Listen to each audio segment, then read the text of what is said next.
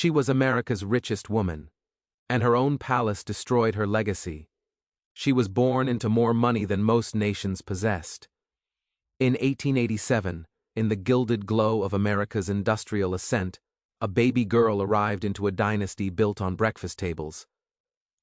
Her father had turned a simple innovation, cold cereal, into a fortune so vast it redefined American wealth. By the time she was a young woman, she was not just rich. She was, by many accounts, the wealthiest woman in the United States. Her name was Marjorie Merriweather Post. From childhood, she understood that wealth was both armor and expectation. Mansions, tutors, European tours, private rail cars. These were not luxuries, they were her normal. But beneath the glittering surface of privilege was a woman determined to do more than inherit.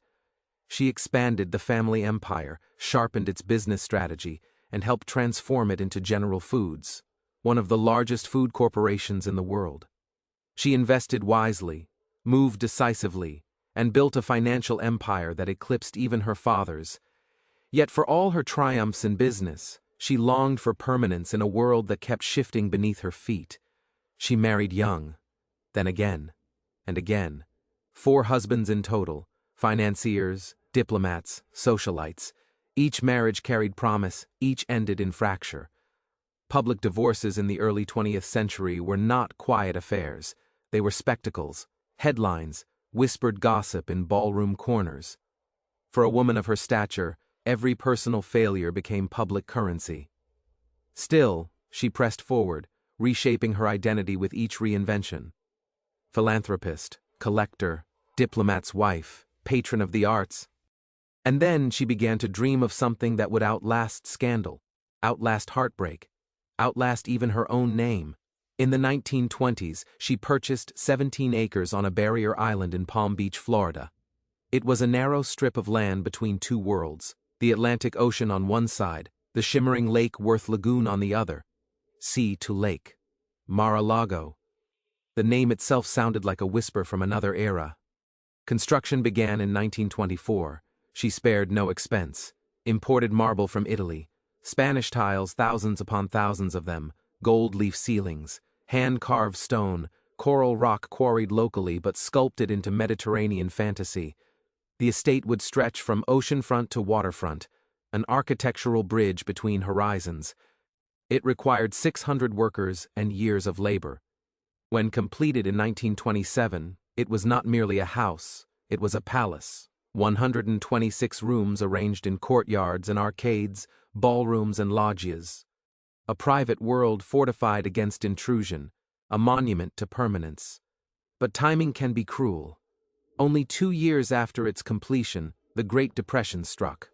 Markets collapsed, fortunes evaporated. Though she remained extraordinarily wealthy, the cultural mood had shifted. The era of carefree opulence was over. Lavish parties now felt discordant against breadlines and shuttered banks. Mar-a-Lago became both refuge and reminder, a shimmering palace in a nation learning austerity. Her third marriage, to a charismatic financier with political ambitions, seemed promising. Together they moved in elite circles, even living abroad during diplomatic postings. She collected Russian imperial art during this period. Fabergé eggs, porcelain, paintings, rescuing fragments of a fallen monarchy. Perhaps she felt kinship with displaced grandeur. But that marriage too unraveled, divorce again, public scrutiny again. The palace in Palm Beach waited, silent and immense. By mid-century, maintaining Mar-a-Lago had become a staggering burden. The staff alone numbered in the dozens. Upkeep costs soared into millions annually. Hurricanes battered the coast. Salt air gnawed at stone and metal alike. What had once symbolized triumph now demanded relentless tribute. And America was changing. The post-war years ushered in new wealth, new power centers, new social codes. The old Gilded Age aristocracy was fading. Industrial heiresses were relics of another chapter. The culture no longer revolved around inherited fortunes displayed in Mediterranean courtyards. She began to worry about the estate's future. What would happen to it when she was gone, subdivided, demolished, sold off in parcels to developers carving condominiums into the Florida coast? The thought haunted her. In 1969, she made a dramatic decision. She offered Mar-a-Lago to the United States government as a gift.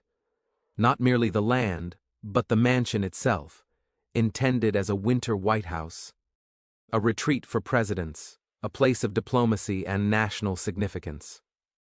She envisioned her palace transformed into a patriotic monument. Her name would be preserved not as a socialite, but as a benefactor of the Republic. Congress accepted the donation in 1972. On paper, her dream had been secured, but reality proved harsher. The federal government soon discovered what she already knew: the estate was astonishingly expensive to maintain. Security upgrades were costly. Structural repairs mounted. The logistics of protecting a president on a barrier island proved complicated. And Florida's humid, corrosive climate showed no mercy to aging stone. Within a decade, officials concluded the property was impractical.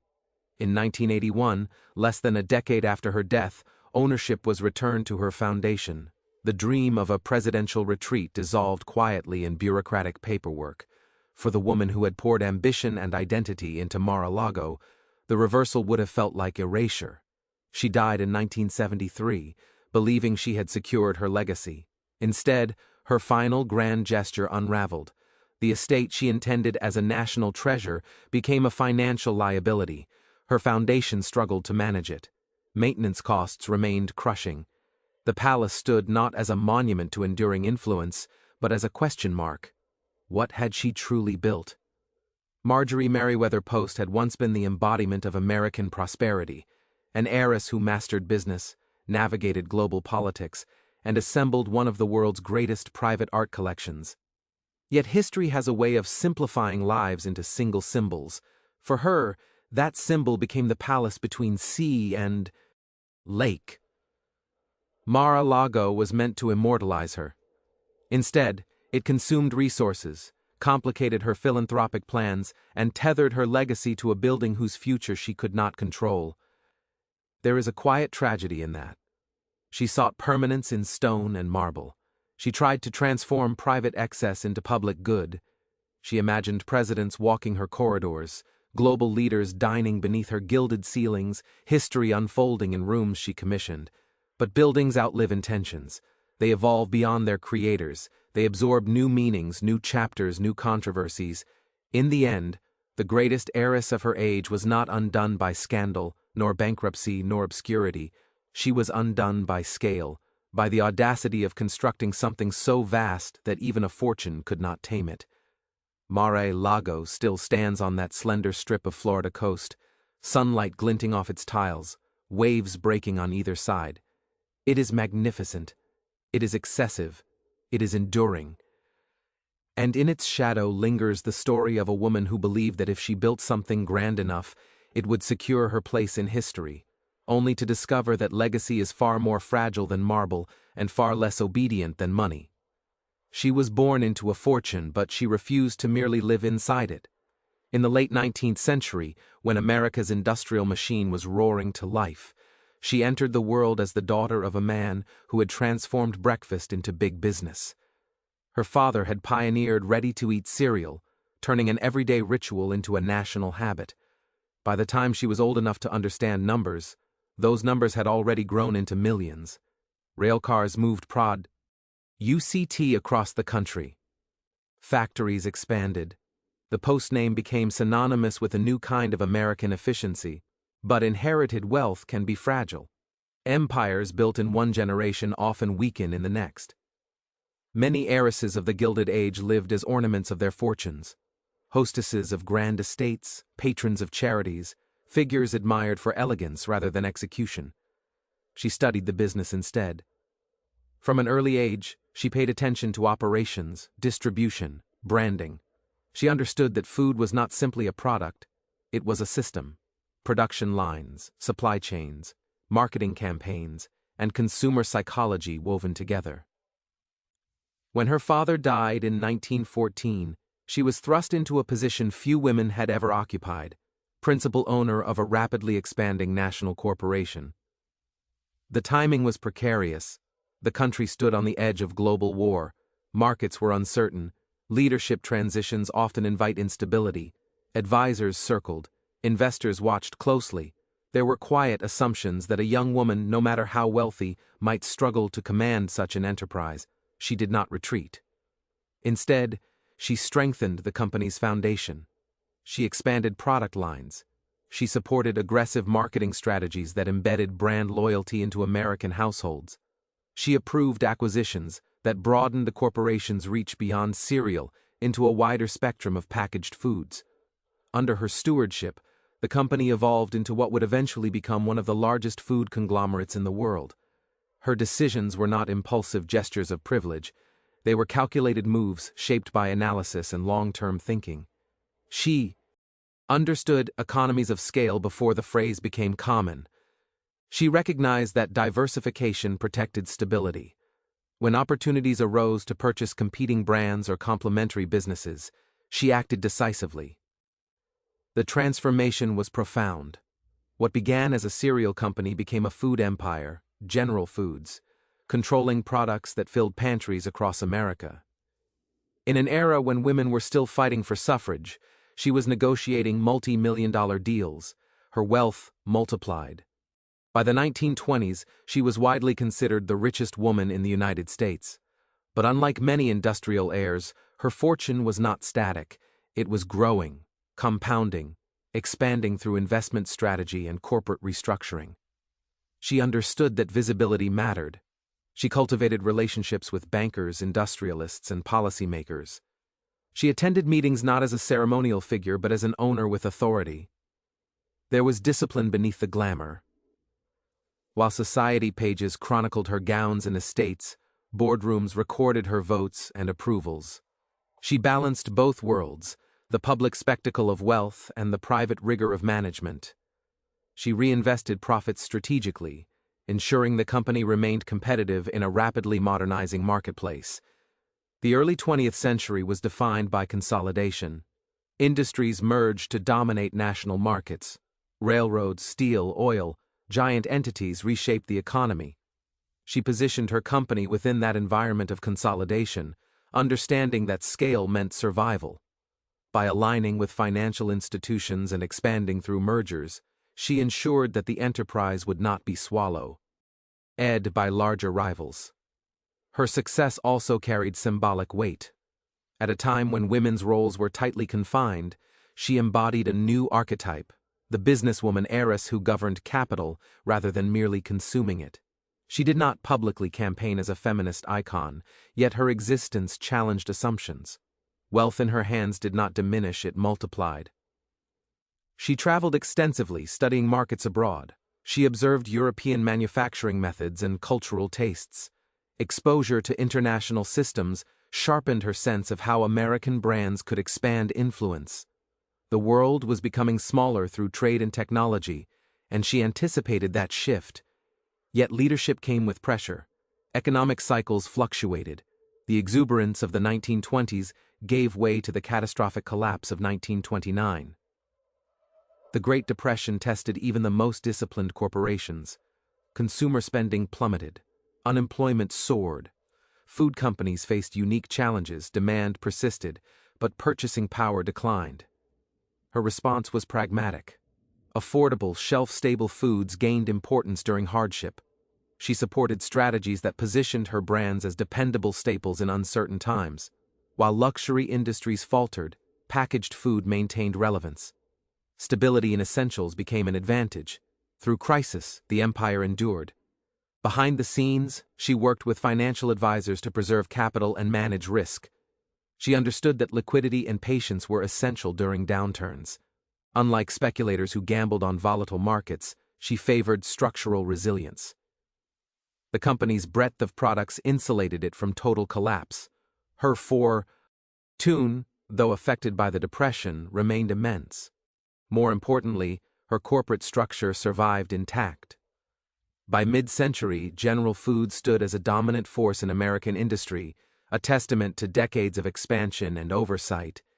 But the story of her ascent was not merely about balance sheets. It was about identity. In controlling the empire, she controlled her narrative. She was no passive beneficiary of a father's ingenuity. She was the architect of its transformation. The serial fortune became a diversified conglomerate under her guidance. She navigated male-dominated financial circles with composure, leveraging intelligence over theatrics. In society, she was known for elegance and opulence. In business, she was known for precision. Those dual reputations sometimes obscured the depth of her strategic mind, yet insiders recognized her authority. She did not attend meetings as decoration. She asked questions, she evaluated projections, she approved or rejected proposals with measured confidence.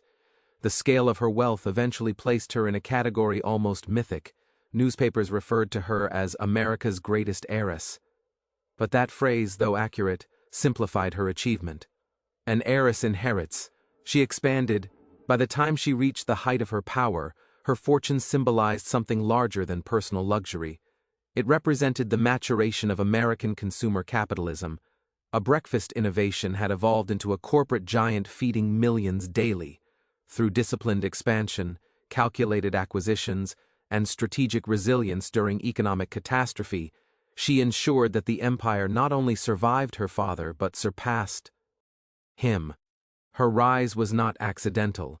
It was deliberate, patient, and relentless. By the early 1920s, she had conquered boardrooms, expanded an empire, and secured a place among the most powerful figures in American industry. Yet power in business did not quiet the deeper longing that followed her through every triumph, the desire to build something permanent in a world that kept shifting beneath her. America was changing at a dizzying pace. Cities were rising vertically, fortunes were made and lost in single seasons. Social hierarchies rearranged themselves with each new industrial boom. Old money families guarded tradition, while new wealth surged forward with unapologetic display. She stood at the center of this transformation, immensely rich, widely known, yet personally restless. It was during this moment of cultural upheaval that she envisioned something extraordinary on a narrow strip of land in Palm Beach, Florida. The property was unlike anything else, 17 acres stretching from the Atlantic Ocean on one side to the tranquil waters of Lake Worth Lagoon on the other. Sea to lake, two horizons contained within one estate. The geography alone felt symbolic, a bridge between worlds, between motion and stillness, between public spectacle and private retreat. She did not want a seasonal house, she wanted a monument. Construction began in 1924, at the height of the Roaring Twenties. America was intoxicated with prosperity, jazz-filled ballrooms, the stock market soared, architects competed to design palaces for industrial royalty along Florida's sunlit coast. But even among that extravagance, her vision exceeded scale. Hundreds of workers labored for years. Marble was imported from Europe. Thousands of antique Spanish tiles were acquired piece by piece. Coral rock was quarried and sculpted into ornate facades. Gold leaf shimmered across ceilings. Hand-carved stone framed archways that opened into sweeping courtyards. The estate would contain 126 rooms, salons, guest suites, libraries, ballrooms, loggias, each crafted with meticulous detail. She named it Mar-a-Lago. The name carried romance and grandeur. But beneath its beauty was intention. This was not simply a residence for entertaining. It was architecture as legacy, stone as immortality. For a woman who had experienced public divorces and shifting personal alliances, permanence had become elusive. Marriages dissolved, social alliances evolved, headlines faded, but stone endured. Marble did not whisper gossip, tiles did not abandon their foundation. The mansion became her answer to instability, an assertion that something in her life would stand unshaken. When completed in 1927, Mar-a-Lago was one of the largest private homes in America. It dazzled visitors. Lavish dinners unfolded beneath vaulted ceilings. Musicians performed in echoing halls. Guests wandered through arcaded courtyards, illuminated by Florida's golden dusk. It was a Mediterranean dream planted on American soil. Yet timing is rarely obedient to ambition. Only 2 years after its completion, the stock market collapsed. The Great Depression swept across the nation, dismantling fortunes and dimming the glow of excess. Breadlines replaced champagne towers, factories closed, families lost homes. The cultural mood shifted from celebration to survival. Against this backdrop, Mar-a-Lago's scale felt almost defiant. She remained wealthy, extraordinarily so, but even vast fortunes could not escape the psychological weight of national hardship. Hosting opulent gatherings in a time of widespread suffering required careful navigation. Philanthropy expanded. Charity work increased.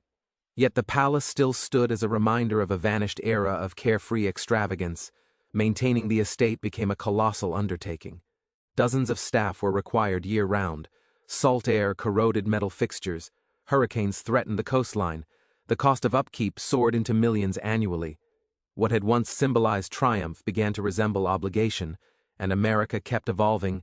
By mid-century, social power was no longer concentrated solely among inherited dynasties. Corporate executives, political figures, Hollywood icons, influence diversified. The old Gilded Age aristocracy gradually faded into memory. Massive private estates felt less central to national identity. Mar-a-Lago, conceived in the spirit of 1920s grandeur, now existed in a more pragmatic age. She began to contemplate its future. What would become of this palace when she was gone? Developers were reshaping Florida's coastline with high-rise condominiums and commercial expansion. Large estates were often subdivided, demolished, or sold off in parcels. The thought of Mar-a-Lago reduced to fragments unsettled her. The mansion had cost millions, demanded years of labor, and embodied her deepest desire for permanence. To see it dismantled would mean accepting that even monumental architecture could not resist time. So she searched for a solution that would elevate the estate beyond private ownership. Her idea was bold: transform Mar-a-Lago into a national asset. She imagined it serving as a retreat for American presidents, a winter counterpart to established executive residences. Diplomats could gather beneath its ceilings. International leaders could walk its corridors. The estate would shift from symbol of personal wealth to instrument of public service. In 1969, she formally offered it to the United States government. The gesture was monumental, not simply a donation of land and building, but an offering of legacy. She envisioned her creation woven into the nation's political life. Presidents would inhabit her rooms. History would unfold within walls she had commissioned. Congress accepted the gift in 1972. For a moment, it seemed her vision had succeeded. Mar-a-Lago would transcend its origins as a Gilded Age palace and assume new identity as a patriotic institution, but reality proved less romantic. The estate's immense size translated into immense cost. Security requirements for hosting a president were complex and expensive. Structural maintenance remained relentless under Florida's climate. Government officials calculated budgets and logistics with clinical precision. Within less than a decade, the conclusion emerged: the property was impractical as a presidential retreat. Expenses outweighed convenience. In 1981, ownership was returned to her foundation. The transformation she imagined never fully materialized. The mansion that symbolized permanence revealed a harsh truth: architecture cannot guarantee relevance.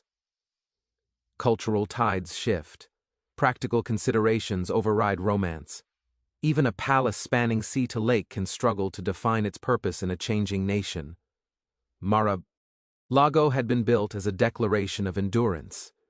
Yet endurance requires adaptation, and adaptation is rarely under the control of the original dreamer. By the time she reached the final chapter of her life, she had mastered wealth, influence, and reinvention.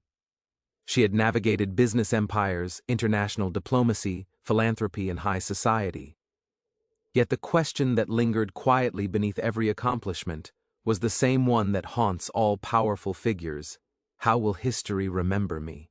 For someone who had built so much, legacy was not an abstract idea. It was a calculation. She understood that fortunes could be divided, companies could be sold, and names could fade from storefronts.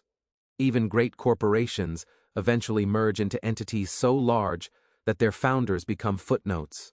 She had witnessed it happen to industrial titans before her. Immense influence during life did not guarantee immortality after death. Mar-a-Lago had begun as her architectural answer to that fear. But as decades passed, she recognized that stone alone was not enough. A private palace, no matter how magnificent, remained vulnerable to sale, subdivision, or simple irrelevance. If she truly wanted permanence, the estate needed a purpose larger than herself. Her solution was visionary in scale: give it to the nation. She imagined presidents walking through its courtyards, conducting diplomacy beneath its gilded ceilings. She envisioned global leaders dining in rooms she had commissioned. The estate would no longer be a symbol of private extravagance, it would become part of America's institutional life. Her name would be permanently linked to national service rather than social glamour. When she offered the property to the federal government, it was not merely generosity, it was strategy. She was converting personal wealth into public memory. Congress accepted the gift in the early 1970s. On paper, her legacy appeared secure. Mar-a-Lago would serve as a presidential retreat, a southern counterpart to established executive residences. The building she had poured millions into would now carry the weight of national history. But legacy is not determined by intention alone. After her death in 1973, the estate faced the realities of governance. Security costs were immense. The logistics of protecting a president on a barrier island complicated operations. The structure required constant maintenance under Florida's punishing climate. Salt air corroded metal. Humidity threatened interiors. Repairs multiplied. Government accountants approached the property without sentiment. They saw budgets, vulnerabilities, inefficiencies. What she had viewed as a patriotic monument appeared, through bureaucratic eyes, as a financial strain. Within less than a decade, officials concluded the estate was impractical for its intended purpose. In 1981, ownership was returned to her foundation. The reversal was quiet, administrative, almost clinical, but symbolically it was devastating. The grand gesture meant to secure her immortality dissolved into paperwork. The mansion she believed would house presidents was deemed unsuitable. The transformation from private palace to national landmark faltered. Her carefully engineered legacy slipped beyond her control. There is a particular tragedy in building something meant to last forever, only to discover that forever is negotiable. She had done everything within her power. She amassed wealth intelligently. She preserved and expanded a corporate empire. She collected art of global significance. She engaged in philanthropy. And finally, she offered her most extravagant possession to the country she loved. Yet once she was gone, decisions were made without her voice. Interpretations shifted. Priorities changed. The meaning of Mar-a-Lago evolved independent of her intentions. This is the paradox of legacy. It belongs to the living, not the dead. Even immense wealth cannot dictate how future generations assign value. She may have envisioned her name spoken in the same breath as national leadership, but history rarely conforms to individual scripts. Buildings acquire new identities. Institutions redefine purpose. Public memory rearranges emphasis. For decades, she had exercised control over corporations, investments, social circles, philanthropic endeavors. Control was familiar terrain, but death removes negotiation from the equation. The estate's fate demonstrated a reality she could never fully command. Once a creation enters the public sphere, it no longer obeys its creator. Mar-a-Lago continued to stand, magnificent and imposing, yet detached from her original narrative. Its story did not freeze in 1972 with congressional acceptance. It kept unfolding. New chapters layered over old intentions. Public perception shifted with time. The palace between sea and lake became something different from what she had imagined. In life, she had been America's wealthiest woman, a symbol of industrial success and social prominence. In death, her identity risked narrowing to a single associati. On with a single estate. The nuance of her business acumen, her corporate foresight, her cultural patronage, all of it competed with the towering presence of the mansion. The irony is profound. She built Mar-a-Lago to secure remembrance beyond scandal, beyond divorce, beyond the volatility of markets.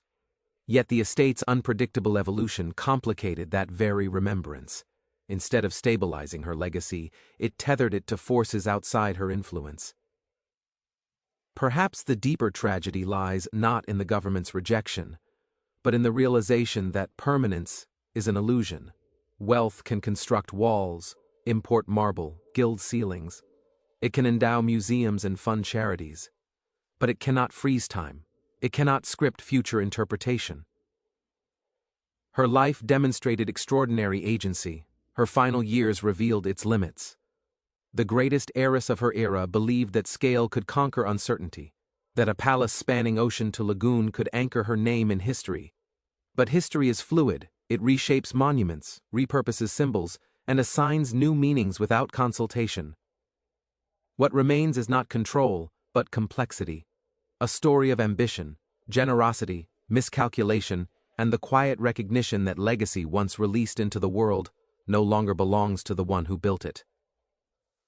Marjorie Merriweather Post lived at the height of American excess and at the edge of American transformation. She inherited one of the greatest fortunes of the Gilded Age, but she refused to be defined by inheritance alone. She expanded a serial empire into a corporate giant, navigated male-dominated boardrooms with precision, collected art that preserved fragments of fallen monarchies, and built a palace that stretched from sea to lake, as if it could physically connect ambition to eternity. Mar-a-Lago was never just a house. It was her answer to impermanence. In a life marked by public divorces, shifting alliances, and cultural upheaval, she sought something immovable. Marble would not betray her. Coral stone would not file for divorce. Gold leaf ceilings would not question her authority. The estate became her architectural declaration that wealth, vision, and willpower could outlast time. But time is undefeated. The America that celebrated her rise was not the same America that inherited her monument. The Roaring Twenties gave way to depression. Old aristocracies yielded to corporate modernity. Private palaces lost their central role in public life. Even her boldest act of patriotism, offering her estate to the nation, could not guarantee the future she imagined. Bureaucracy reduced grandeur to line items. Practicality overruled romance. The dream of transforming her palace into a permanent seat of national leadership quietly dissolved. In the end, her story is not simply about wealth or architecture, it is about control, and the limits of it. She controlled markets, expanded industries, curated beauty, and shaped public image. Yet she could not control how history would reinterpret her greatest creation. The estate she built to secure her legacy became a symbol subject to forces beyond her design. There is a haunting lesson in that arc. Legacy cannot be engineered with marble. It cannot be legislated through donation. It cannot be preserved solely through scale. What endures is not always what we intend. Sometimes it is the complexity of the life itself, the ambition, the contradictions, the risks taken in pursuit of permanence that survives longer than the monument. She was America's greatest heiress, but her true tragedy was believing that even a palace between two oceans could command the future. And in the end, Mar-a-Lago did not preserve her legacy. It proved that no fortune is powerful enough to own history.